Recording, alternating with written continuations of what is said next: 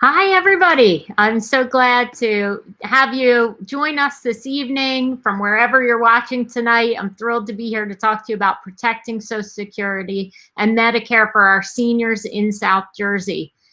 Joining me tonight, we have the president of the Social Security Works PAC, John Bowman. Many of you know John as Bowser from the TV show and musical group Sha-Na Na, but for the last 15 years, John has traveled the country advocating for our seniors, including through his leadership of Social Security Works, a national organization that fights to elect leaders who will work to expand Social Security and lower prescription drug prices. So important for all Americans.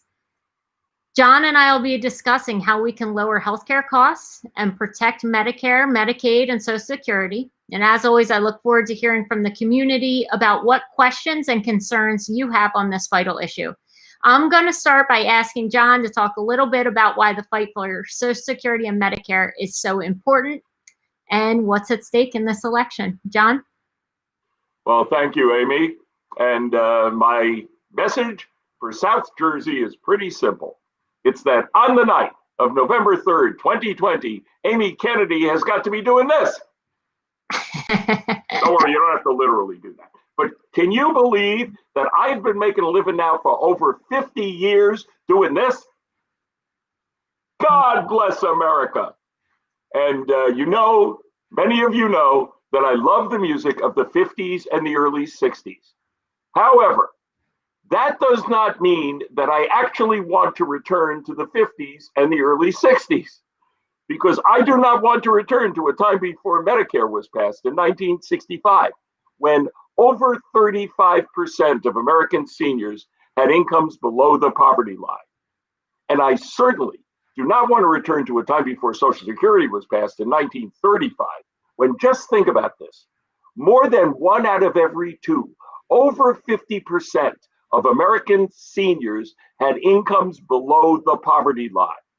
Social Security and Medicare are the 2 most successful domestic programs in the entire history of the United States of America. And you know what, South Jersey, we need to keep them that way. In fact, we need to expand them.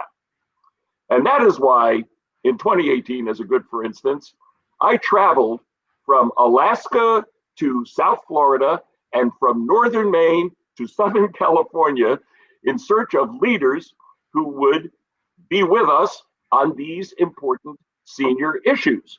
Wow, that's a trip. Holy cow.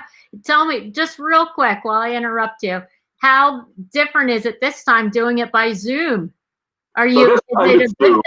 Yeah. So this time it's Zoom. Yeah. And, it's a lot easier to schedule. I will say that one thing. The only good thing about it is it's a lot easier to schedule. I mean, I love traveling the country, and I've done it for 50 years doing shows. Yeah. So I do miss that part of it. But, at least it's easier to say, okay, we can do it at such a, I don't have to say I can be in Jersey on, October 24th to you, 23rd. It's easier that way. But the point that I'm trying to make is that in 2018, I made a stop in South Jersey, and we at Social Security Works PAC endorsed Jeff Van Drew. So we feel personally betrayed. We feel like Jeff Van Drew has betrayed the entirety of his constituency in South Jersey, but we feel personally betrayed by Jeff Van Drew now becoming part of a party that is trying to, well, now we can say literally destroy Social Security. This isn't even, like privatize or, the usual cut, the usual things. But he's in with a president who said very recently that he would promise in a second term to terminate, his word, not ours, terminate Social Security's dedicated funding. And Stephen Goss, the chief actuary of Social Security, who knows what he's talking about, sent a letter that stated very clearly that if someone were to do that, were to completely defund the dedicated revenue of Social Security, Social Security's gigantic $2.9 trillion right now trust fund surplus would be gone by 2023. What's also really important as a critical part of Social Security is disability insurance. Social Security is OASDI, Old Age Survivor Disability Insurance. Disability insurance, which affects plenty of Jerseyites and people all over America, would be gone by 2021. This is crazy stuff. This is the biggest direct threat to Social Security that there has ever been made. And with this kind of an erratic administration, I mean, you don't know, they tried to walk it back a little, but not really. And you don't know when the truth is coming or the lies are coming or what we're talking about. And Jeff Van Drew is in with this. So we feel that this is actually, for this cycle, the most traitorous, TRAITOROUS event of this entire cycle was Jeff Van Drew's turning on the Democratic Party, becoming a Republican, and cozying up to a Republican administration that isn't even like a traditional Republican administration in any way. I mean, listen to this. Dwight D. Eisenhower, when I was growing up, President of the United States in my youth, quote, "Should any political party attempt to abolish Social Security unemployment insurance, you would not hear of that party again in our political history." He says there is a tiny splinter group, of course, that believes you can do these things. At that time, it was a splinter group. He's a Republican. He said, their number is negligible and they are stupid. Literally, Dwight Eisenhower called these people stupid, and they are in control of the Republican Party right now, seeking to do away with the programs that have kept millions and millions and millions of Americans out of poverty. This is really crazy stuff.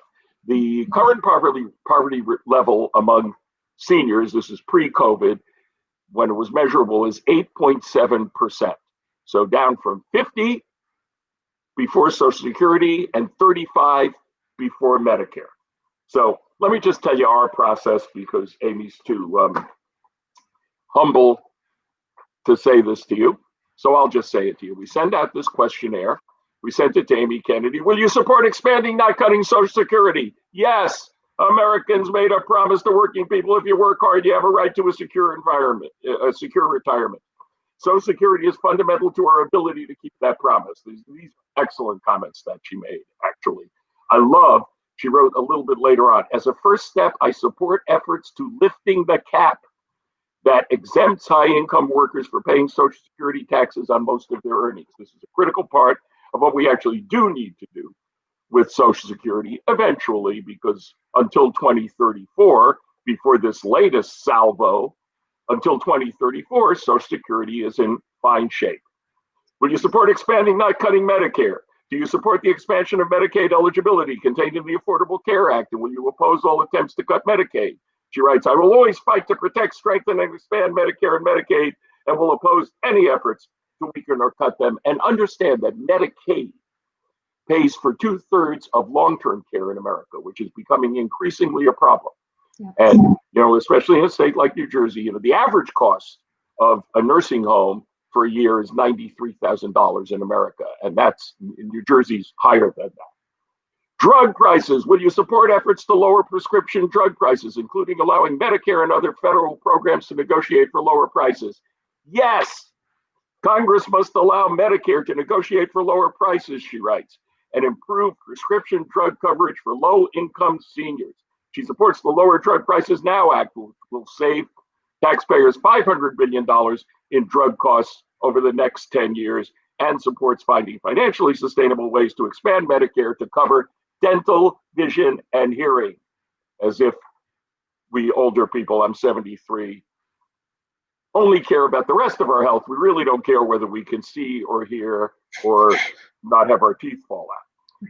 Will you always refer, final question, will you always refer to Social Security and Medicare as earned benefits rather than using the pejorative term entitlements? And Amy Kennedy, of course, says yes, submitting a perfect questionnaire.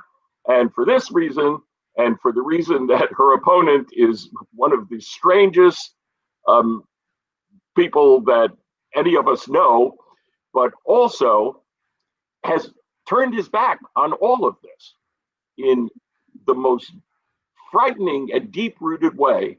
I urge everybody in South Jersey to bum bum bum bum bum bum bum bum bum bum bum dang dang dang ding dong ding, vote for Amy Kennedy. I love it. Thank you. Well, you took the words right out of my mouth. For sure, you read.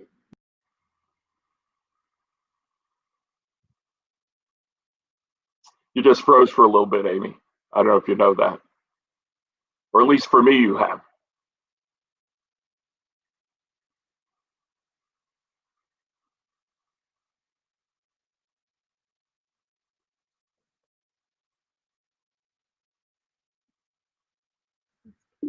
Oh, can you see me? You're back. Oh, good. I'm so sorry. Wasn't your fault. I know this is our time right now, technology. Yep. But I just wanted to ask a few questions. I appreciate you sharing some of our responses, because I think I really am representing the people of South Jersey and what they care about. I don't want to say that this is just for my family. We know it's so many families that are worried and concerned about these issues, not only the seniors, but we hear so much about people in that sandwich generation who are worried about taking care of their parents and their children. In my own family, we've got a history of longevity. I lived down the street from where my great-grandmother lived, and she lived to be 106 years old.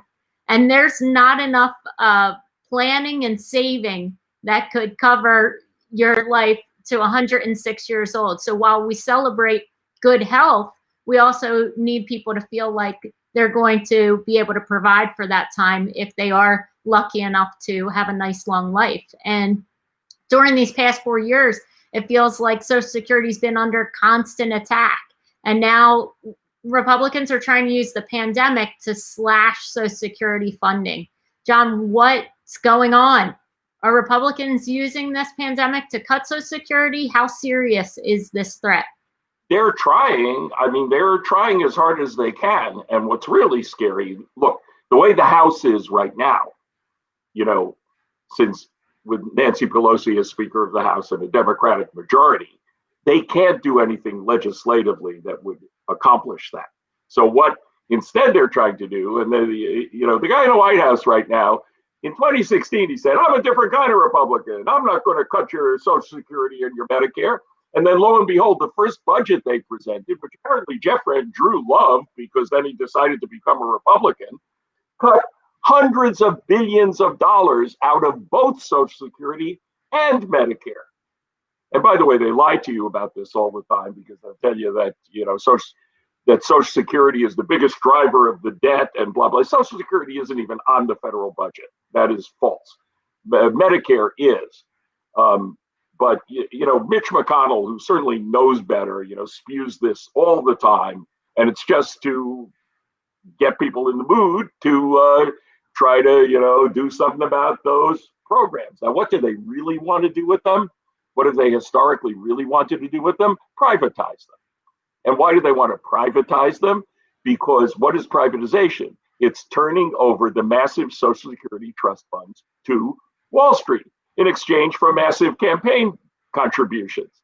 That's what privatizing is. This is not complicated. It's just all about money. If any political entity could succeed in turning the massive Social Security trust funds over to Wall Street, what's in it for them is unfathomable.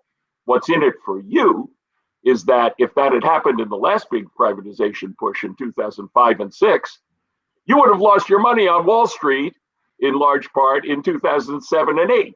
So that's exactly what you're not trying to do for your own retirement security. So this latest effort is this crazy sort of deferral by executive order, using the pandemic as an excuse. Social Security can sustain a temporary deferral, although, by the way, these FICA insurance payments or payroll tax, as it's more commonly called, you're going to have to pay it soon anyway. So it really doesn't accomplish anything. It doesn't accomplish anything for people who are hurting, zero. Right. But Social Security could sustain it if it was only one quarter, a short delay. But this idea that, oh, this is such a good idea that I'm going to do it in a second term.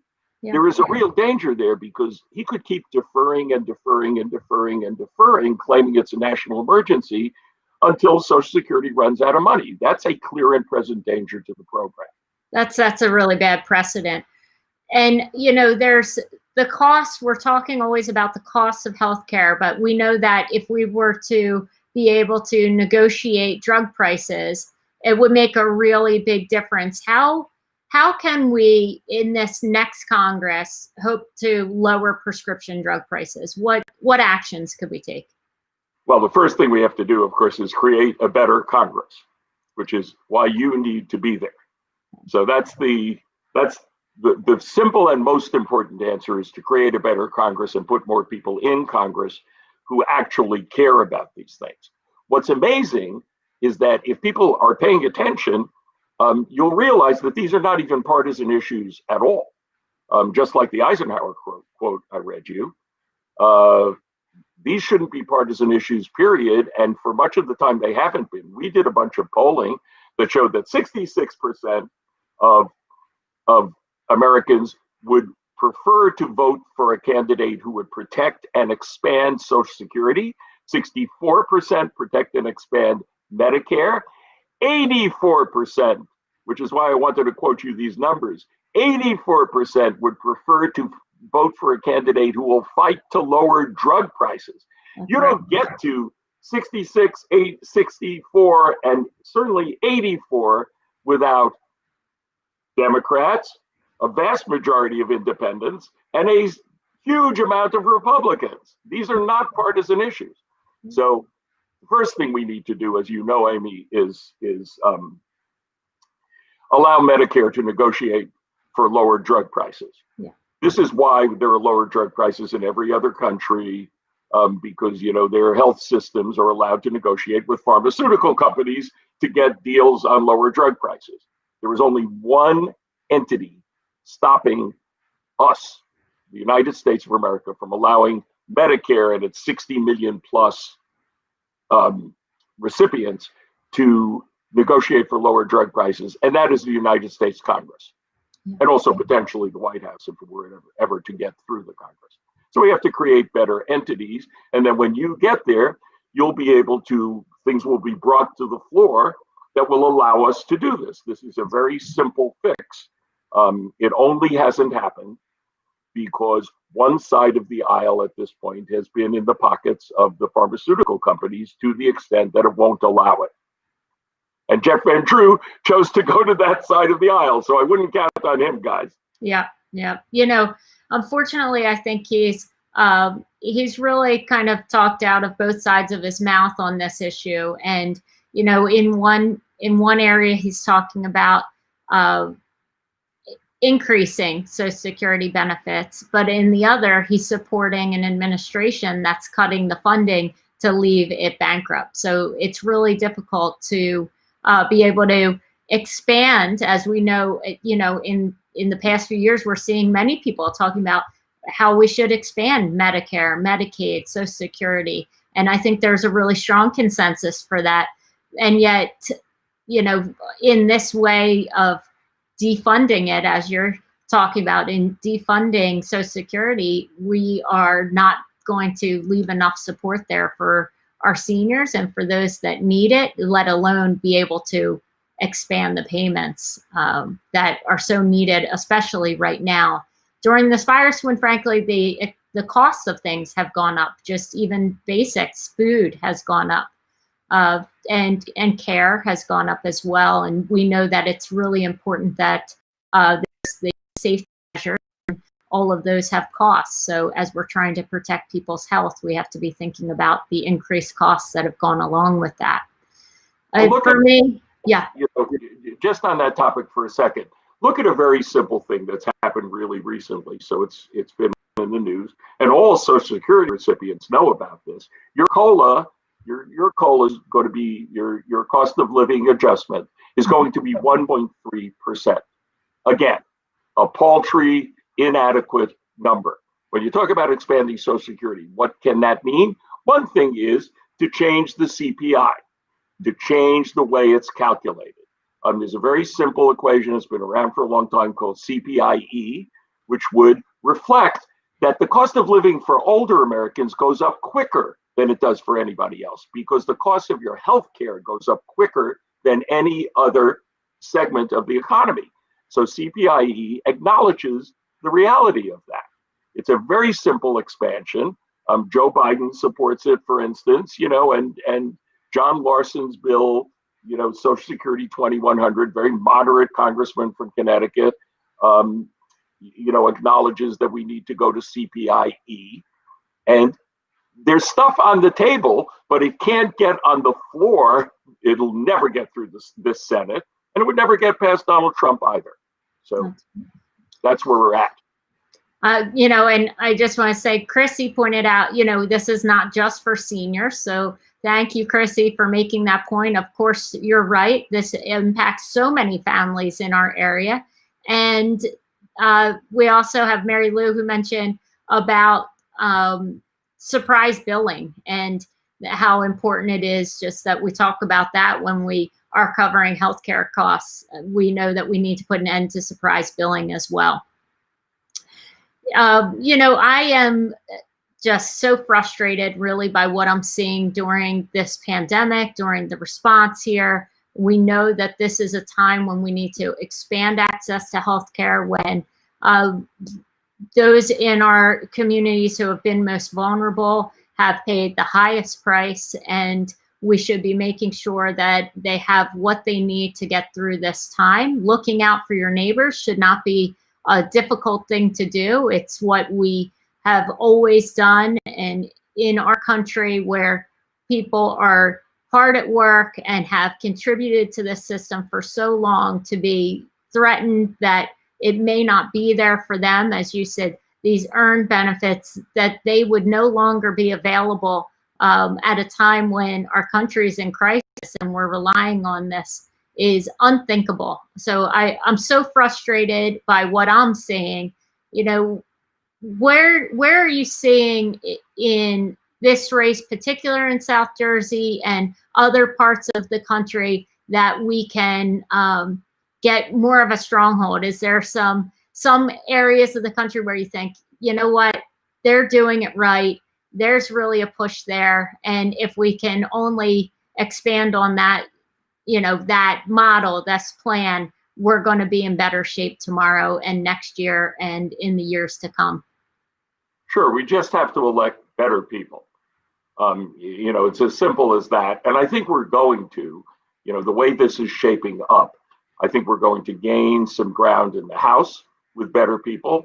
And I think we're going to take the Senate.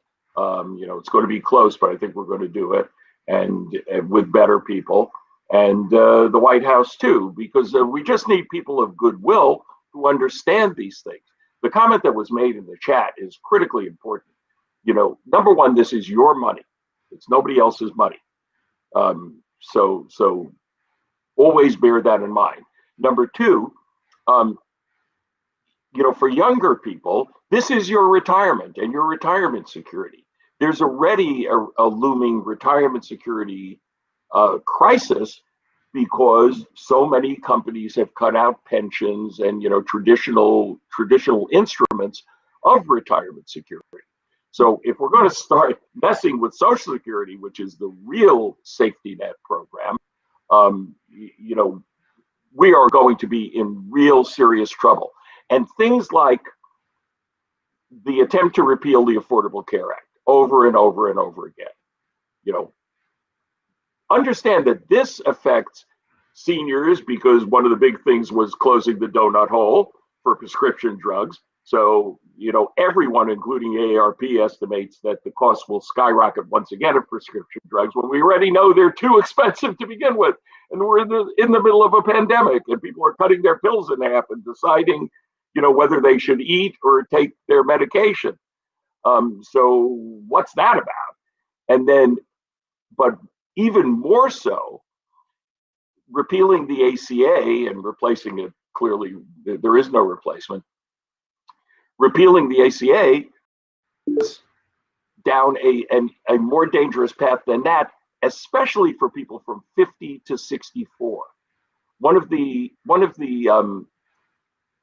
provisions of the Affordable Care Act that doesn't get talked about very much is the provision that mandates that you can only charge older people 3 times as much as you charge younger people for their health insurance. If that goes away, it's up to the insurance companies again, and you're at their mercy, and they're going to charge you whatever they feel like.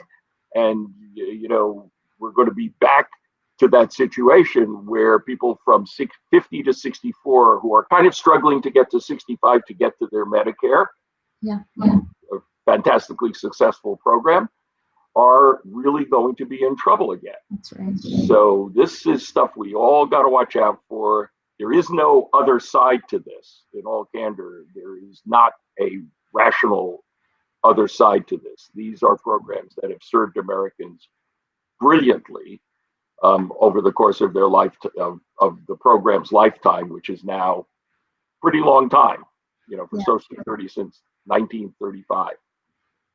It's dangerous to think about this, but I want to, just let people who are watching know that I've put out the policies for older Americans and for economic security. It's on my website for those of you that are interested in taking a look at amykennedyforcongress.com. And I thought maybe, John, you could just tell us, I think you've probably been to Atlantic City once or twice.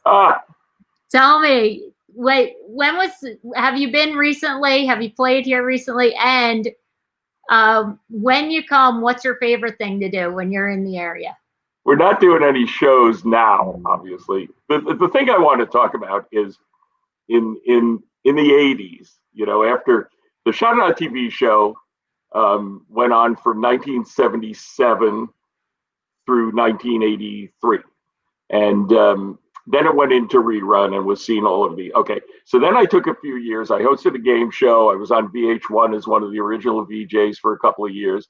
But then I missed doing Bowser. My return to doing Bowser was a show called Bowser's Original Doo-Wop Party at the then called the Tropicana Hotel and Casino in Atlantic City. We started it in June of 1987. It was, to this day, the most successful show that's ever been at that hotel. And it probably always will be. It was an overbuilt showroom of 1,700 people, and we packed it every night. We were supposed to do the summer, and we extended until New Year's Eve with this show. And it was really one of the high points of my life.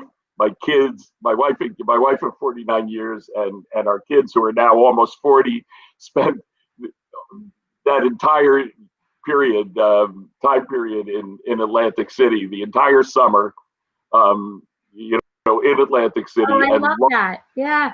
We all loved it. So we know Atlantic City inside out, backwards, forwards, and more recently I've also done some shows, in Wildwood, and it's a great tradition great tradition in South Jersey of this kind of music. New York and Philadelphia were the hotbeds of doo-wop music, back in the day, and they really remain so today. So definitely, our memories of our time, it's one reason why I feel so betrayed. It really does enter into it, Amy, as to why I feel so betrayed by Jeff Van Drew, because I love this part of the country, and you're just not being treated right, with this defection from what's good for South Jerseyites. That's right. Yeah, our district that's really struggling. We have highest poverty and unemployment in this district, in the state, and it's really has a lot of challenges, and we absolutely need to know that that this is the kind of support that we can rely on, and that it's not going to be pulled out from underneath people in a year or two because it hasn't been funded.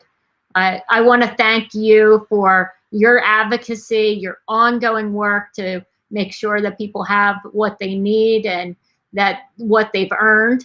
And also let you know that if you come back to Atlantic City, I'm just a mile outside of Atlantic City in Brigantine. I hope you're going to call me up and we can have dinner or something when you're in town, please. I'll be happy to, unless you're in Washington, D.C. at the time as a congresswoman, which you're going. So hopefully you'll be in town when I get there. But every show I have ever done has ended with this song. Every one of those hundreds of shows at the Tropicana, and then, by the way, at Caesars after that, which turned into the TV special, every one of those shows ended with this song, or kind of this song. This song used to be called "Good Night, Sweetheart, Well, It's Time to Go." Yeah.